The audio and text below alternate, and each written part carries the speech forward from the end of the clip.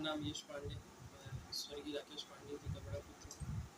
एक कार्यक्रम का जो है इस वक्त चर्चा में बना हुआ है जिसमें जो है दो माननीय जो है साथ में मिलते हैं। इसमें एक आपके चाचा जी हैं और एक जो है पूर्व विधायक और वर्तमान विधायक हैं।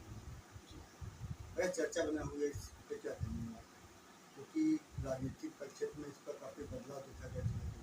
जी, देखिए, सर्वप्रथम मैं ये कहूँगा कि जिस हिसाब से वो चित्र सबके समक्ष आया है और ये सुनियोजित तरीके से इस चित्र को जो है सामने रखा गया है। मनोज चाचा के पर्सनल हैंडल से ही ये फ़ोटो अपलोड करी गई और कुछ समय के उपरांत उसको डिलीट किया गया। तो यह एक प्रयोग था। जब जनमानस ने उसको अस्वीकार किया, तब उसको फिर डिलीट किया। आपके पिताजी घटना पे दोनों परिवार में यानी विधायक जी परिवार में आप परिवार में जो गंभीर चल रहे थे, ये पहली बार जो है दोनों साथ मन कर रहे। जनता क्या सोचने जा रही है? जनता मन काफ़ी सवाल उठे हैं। देखिए, हम लोग थोड़ा लेट हो गए हैं। ये पहली बार आज डिजिटल मीडिया का ज़माना है, इसलिए इस तरह की फ़ोटो सामने आ गई हैं।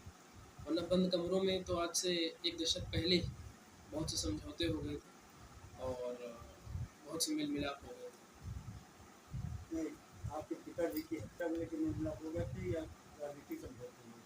देखिए, मुद्दा किसी ने ये इस ज़िले में स्वांग रचा था। यहाँ से लेके लखनऊ के गलियारों में, राजनीतिक गलियारों में ये स्वांग रचा था कि हमें सुरक्षित किया जाए, नहीं हमारी हत्या हो जाएगी और जिस प्रकार हमारे भाई की हत्या हुई, उस प्रकार हमारी हत्या हो जाएगी। तो इस तरह का स्वांग किन्हीं के द्वारा रचा गया था और उसके बाद में इसी को उन्होंने इस्तेमाल करके चुनावी मुद्दा बनाया और चुनाव लड़े। तो आज जनमानस और जनता अपने आप को ठगा महसूस कर रही है। इस तरीके से इनका किसी के साथ में मंच पे साथ में आकर के और इस तरीके से जो इन्होंने चित्र अपने पर्सनल हैंडल से डाली, उसके अंदर लोगों ने जब उसको अस्वीकार किया, फिर उसको डिलीट किया इन्होंने। तो इस तरीके से ये सब चीज़ों को देख कर के जनता अपने को ठगा महसूस कर। जैसे आपके पिताजी की हत्या हुई, उनके साथ साथ गाँव देखा गया कि जो है कई अन्य लोगों की हत्या हो गई। अब तो और इसी मुद्दे को लेके कहीं सुरक्षा हो गई, कहीं बचाव हो गया।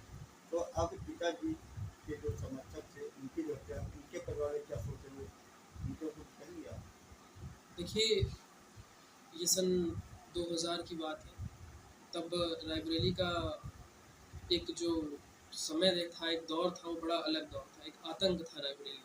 आज जिस प्रकार हम आप सब लोग बैठ कर के बात कर रहे हैं, तब शायद ये दौर होता तो इस प्रकार हम सब आप बैठ कर के किसी व्यक्ति विशेष के बारे में नहीं बात कर सकते थे। तो उस दौर में, उस आतंक में बहुत लोगों की हत्याएँ हुई और उस व्यक्ति जो अखिलेश सिंह था, जो माफिया था, उसके खिलाफ में 300 से अधिक उस समय पे रिकॉर्डेड मामले दर्ज थे और ये उस समय थे जब राजनीति का अपराधीकरण एक अपनी चरम सीमा पे था और जब आप सोच लीजिए कि जब उतनी समय पर 300 रिकॉर्डेड थे तो अनरिकॉर्डेड कितने रहे होंगे। और मैं नाम नहीं लूँगा, बहुतों के घर उजाड़े गए, बहुतों का घर यतीम किया गया, बहुत लोग अनाथ हुए, चाहे आनंद मिश्रा जी हों, चाहे मंगल पांडे जी रहे हों। और आज सब कोई बहुत हताश है, रायबरेली का जनमानस बहुत हताश है।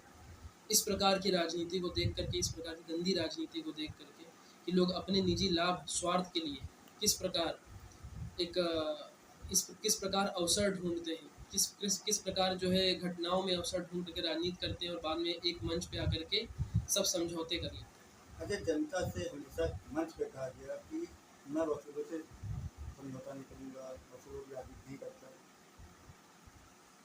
इस पर क्या करेंगे? अब उनको वसूल कहाँ चाहिए? ये तो सबके समक्ष आ गया है और मैं बताया कि हम लोग लेट हो गए हैं। आज से 1 दशक पहले ही बंद कमरों में इन सब चीज़ों के ऊपर समझौते हो गए थे और जिस प्रकार से ये राजनीति का स्तर गिराते चले जा रहे हैं यहाँ कुछ चंद नेता, इसको देखते हुए मेरा आम जनमानस से अपील है कि सचेत हो जाइए और जितना आप जिस व्यक्ति को जैसा आप समझ रहे हैं, तो इनकी जो जिस प्रकार की राजनीति है, वो काफ़ी नकली राजनीति है, जिसका कोई जनाधार नहीं।